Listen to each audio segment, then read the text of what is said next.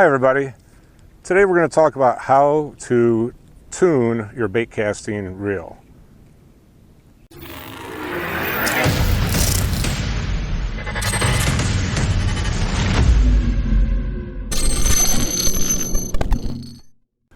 All right, a lot of people have trouble or they're scared of using bait casters because you can get a backlash if things aren't tuned properly.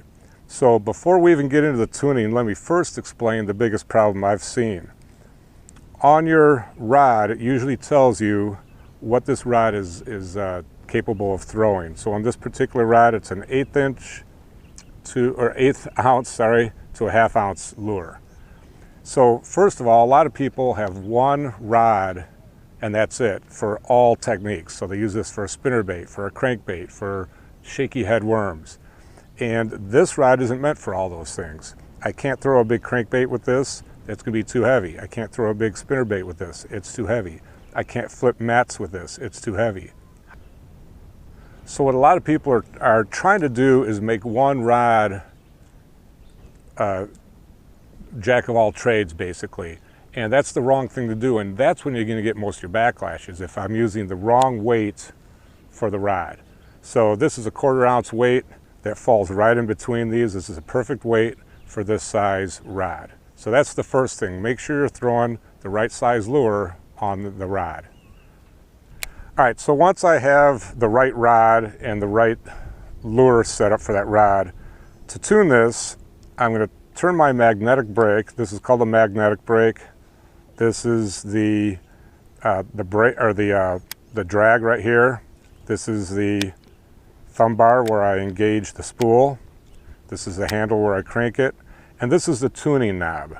So I'm going to set the magnetic brake all the way to 10 as far as it goes.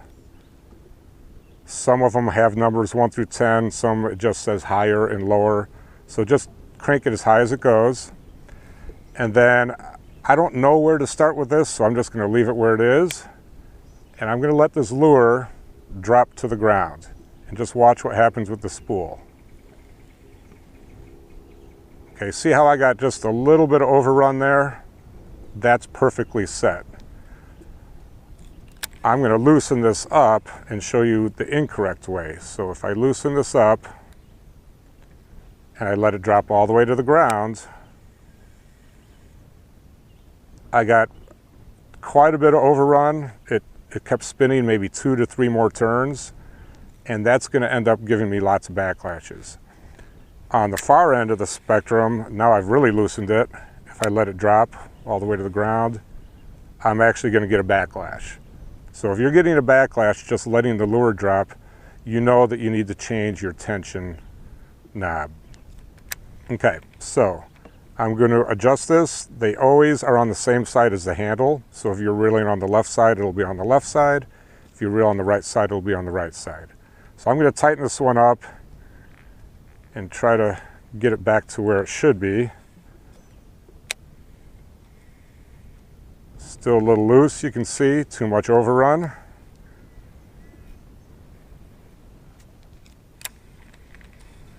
And don't be afraid of a backlash occasionally if you're new to bait casters. It's gonna happen. Everybody gets backlashes. Okay, let's try it again. Let it drop to the ground.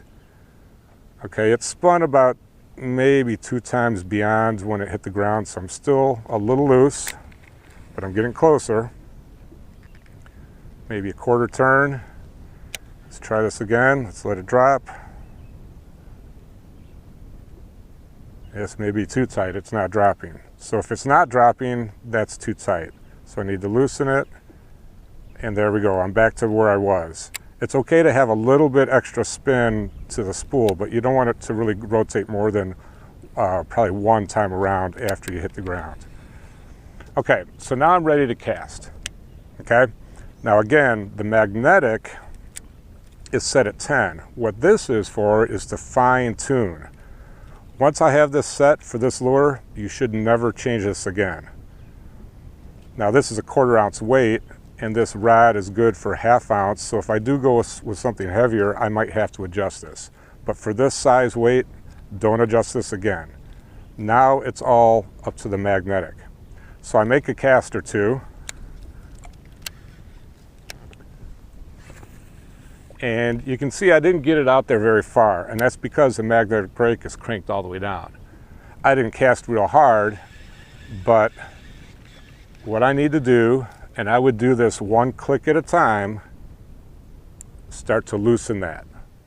One click means a lot. Now some of these click in, some of them don't. It all depends on the brand. So I've gone one looser. I'm going to cast it with the same effort, and it went about 10-15 feet further. So I reel that back up, and I loosen it again. One click, make a cast, and maybe went 5 feet further. So you just keep doing that scenario until you get to the point where you can make a decently long cast without getting too much overrun.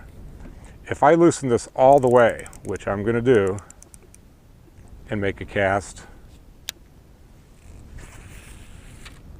you can see there I got a backlash. Even though I didn't change the tension knob, it had to do with the magnet, the magnetic brake. So, backlash, again, it's going to happen to everybody. You have to just get used to getting them out. Reel that back up. So again, when setting your reel, you really want to go one click at a time.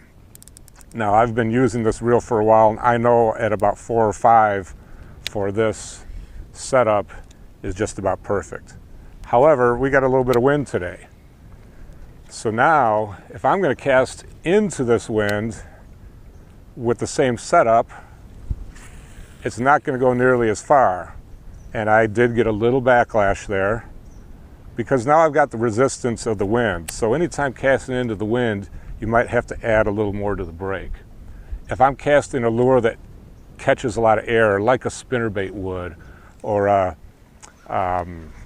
swim jig, a buzz bait, if I'm trying to cast that into the wind, it's going to catch a lot of air, and you're really going to have to play with your magnetic brake quite a bit.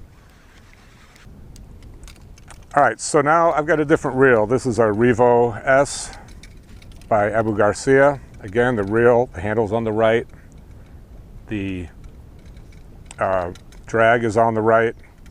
My tension knob is on the right. Here's my thumb bar, but I don't have a magnetic brake here. Some reels, it's hidden within there, and it's not a magnetic brake. Instead, it's a centrifugal brake.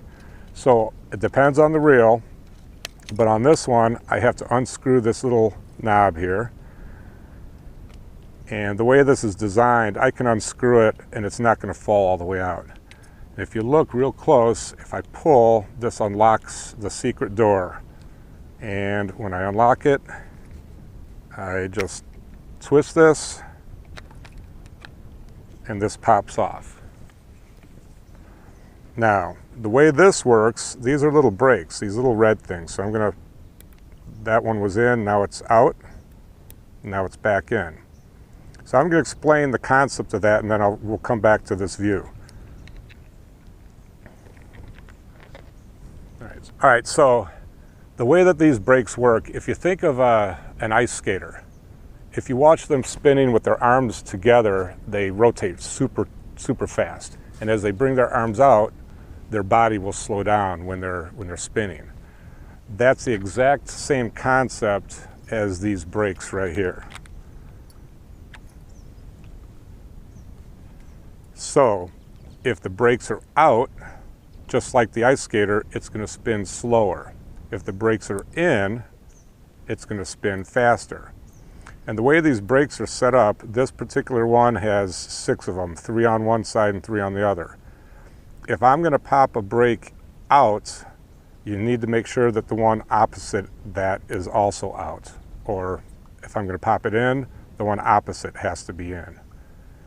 Okay, so this one I've got set pretty loose because I like to cast a long distance. And as you get better and better at casting, you can start to pop all of these in. I leave, in this particular reel, I have all of them in except for one. One set is set out, all the others are in. And I know that, for instance, with this buzzbait, I can cast it without getting backlashes.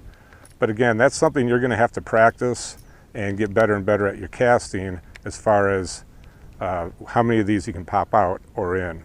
To begin with, if you're a beginner, have them all out until you get really good at it, and then try just moving 2 of them.